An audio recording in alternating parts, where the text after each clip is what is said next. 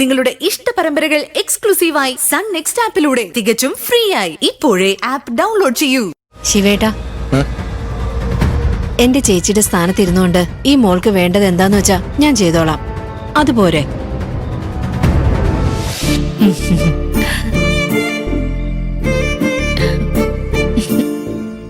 ചേച്ചി സന്തോഷായില്ലേ?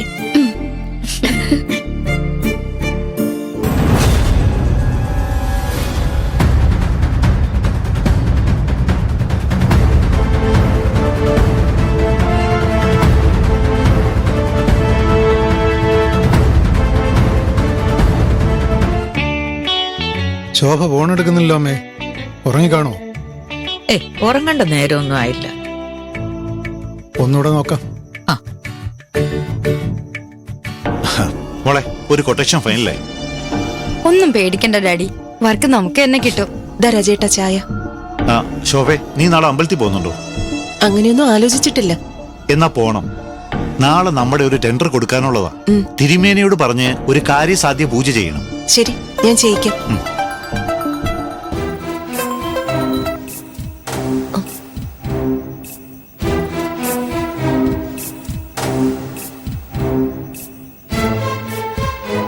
എടുക്കുന്നില്ലല്ലോ അമ്മേ.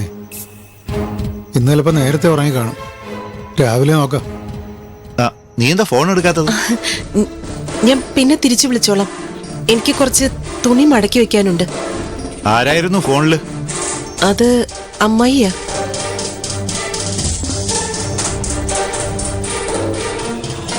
ഈ കിളവി എന്തിനാ ഈ നേരത്തെ വിളിച്ചത്? അച്ഛമ്മയെ വിളിച്ചെങ്കി എന്തിനാ അമ്മ ഫോൺ കട്ട് ചെയ്തത്? ഇതിലെന്തോ സീക്രട്ട് ഉണ്ട് ഡാഡി. ഒരു സ്പൈ വർക്ക് നടത്തിയാലേ അറിയൂ.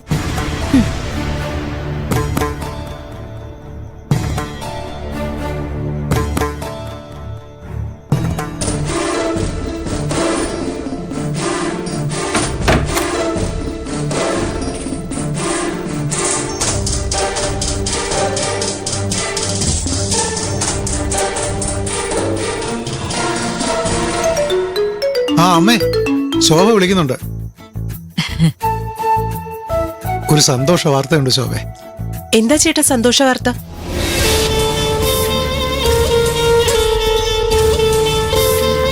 ആതിരെ പെണ്ണ് കാണാൻ പോകാന്ന് ഹരി സമ്മതിച്ചു. ആണോ? സത്യമാണോ ചേട്ടൻ പറയുന്നത്? അതെ. എന്നാലും ഇത്ര പെട്ടെന്ന് അവൻ സമ്മതിച്ചോ? നമ്മുടെ ഭാഗ്യം ശോഭേ. സത്യമായിട്ട് സമ്മതിച്ചു. ഞാൻ ദേ അമ്മയ്ക്ക് കൊടുക്കാം. അമ്മയ്ക്കൊന്ന് സംസാരിക്കണമെന്ന്. വളരെ നല്ല കാര്യമല്ലേ അമ്മായി? അവിടെ എല്ലാവർക്കും സന്തോഷമായി കാണുമല്ലേ? എനിക്ക് നല്ല സന്തോഷമായി. പെണ്ണ് കാണാൻ നാളെ പോകാമെന്നാ വെച്ചിരിക്കുന്നത്. നിനക്ക് വരാൻ പറ്റുമോ? അത് വരണമെന്ന് നല്ല ആഗ്രഹമുണ്ട് അമ്മായി. ആഗ്രഹമൊന്നല്ല പറയേണ്ടത്, കൊതി. പക്ഷെ അത് വേണ്ട. ഹരിക്ക് അത് ഇഷ്ടാവില്ല. എന്തൊക്കെയായാലും കുട്ടിക്കാലത്ത് അവനെ നോക്കി വളർത്തിയത് നീയല്ലേ ശോഭേ? ഒന്നും ക്ലിയർ അല്ലല്ലോ. സന്തോഷം സന്തോഷം എന്ന് മാത്രം കേൾക്കാം. എന്താണാവോ സന്തോഷം? അതൊക്കെ അവൻ എപ്പോഴേ മറന്നില്ലേ. ഇനി ഹരിക്ക് അതൊരു പ്രശ്നമാവണ്ട.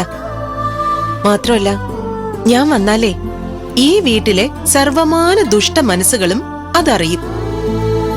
ആ നല്ല മുഹൂർത്തം കലക്കാൻ കച്ചകെട്ടി ഇറങ്ങുകയും ചെയ്യും. പിന്നെ ഇവിടെ ഒരാളുണ്ടല്ലോ അമ്മായി, ഹരിയെ ഈ ജന്മം കല്യാണം കഴിക്കാൻ സമ്മതിക്കില്ല എന്ന് പ്രതിജ്ഞ എടുത്ത ഒരാള്. മനീഷ് വന്ന് പ്രശ്നം ഉണ്ടാക്കും. പിന്നെ രാവിലെ ഞാൻ അമ്പലത്തിൽ പോകുന്നുണ്ട്. ഹരിക്കും ആദരിക്കും വേണ്ടി ഒരു നെയ്വിളക്ക് വെച്ച് പ്രാർത്ഥിച്ചോളാം. നീ വന്നില്ലേലും നിന്റെ മനസ്സ് ഞങ്ങളോടൊപ്പം ഉണ്ടാകണം. അതിലെന്താ സംശയം അമ്മായി? തീർച്ചയായും അങ്ങനെ തന്നെ ആയിരിക്കും. അപ്പോ ഞാൻ ഫോൺ വെക്കുന്ന ശോഭേ. ശരി ശരി, ശേഖരനോട് ഞാൻ പറഞ്ഞോളാം. ശരി അമ്മായി. അവൾ വെച്ചു.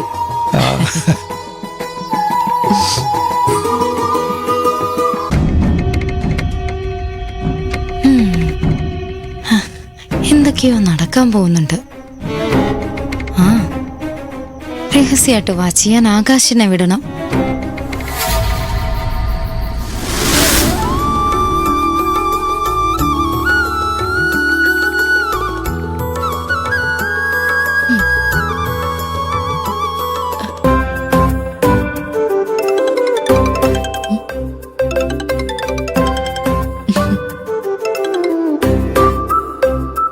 Good morning ആതിരെ.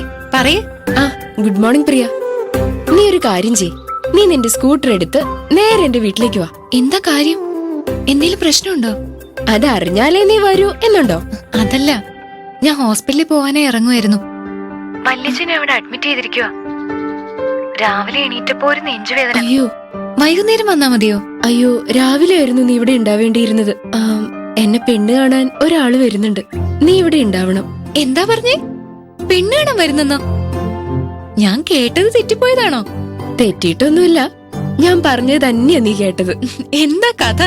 അവിശ്വസനീയമായൊരു സത്യം. ഞാൻ തന്നെ ഇപ്പൊ വിശ്വസിച്ചു വരുന്നതേ ഉള്ളൂ. അപ്പോ അച്ഛന് സൂപ്പർ മാർക്കറ്റ് എന്ന ലക്ഷ്യമൊക്കെ ഉപേക്ഷിച്ച് ഇപ്പൊ കല്യാണം എന്ന ലക്ഷ്യത്തിലേക്ക് മാറിയോ നീ? ഇതെന്റെ ലക്ഷ്യമല്ല പ്രിയ, അച്ഛന്റെ ലക്ഷ്യ. അച്ഛൻ പറഞ്ഞ പിന്നെ എനിക്കത് അനുസരിക്കാതിരിക്കാൻ വയ്യാന്ന് നിനക്ക് അറിയാലോ. ഇനി നീ നിന്റെ ലൈഫ് പാർട്ണറും കൂടി ചേർന്ന് അച്ഛനൊരു സൂപ്പർ മാർക്കറ്റ് വെച്ചു കൊടുക്ക. അതൊക്കെ നേരിൽ കാണുമ്പോ പറയാം. നീ ഇങ്ങ് വാ പ്രിയ.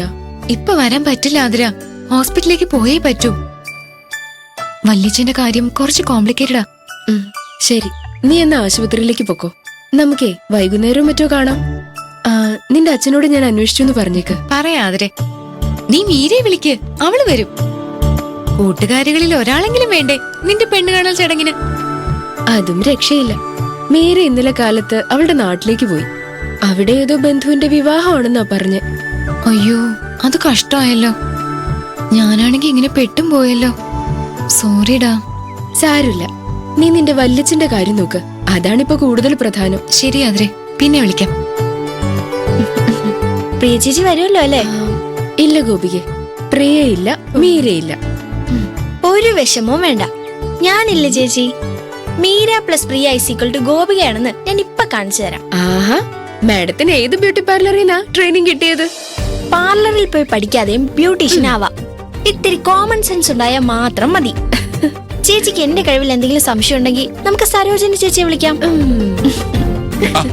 മോളെ, നീ ഇതൊരു റെഡി ആയില്ലേ? ആഹാ, എന്താ എന്താന്ന്? അച്ഛന്റെ ലുക്ക് ഫാന്റാസ്റ്റിക് ആയിട്ടുണ്ട്. ഇനി മുതൽ എന്റെ അച്ഛൻ എന്നും ഇതേപോലെ ആയിരിക്കണം. ഇതുപോലെ അലക്കി തേച്ച ഷർട്ട് അല്ലേ?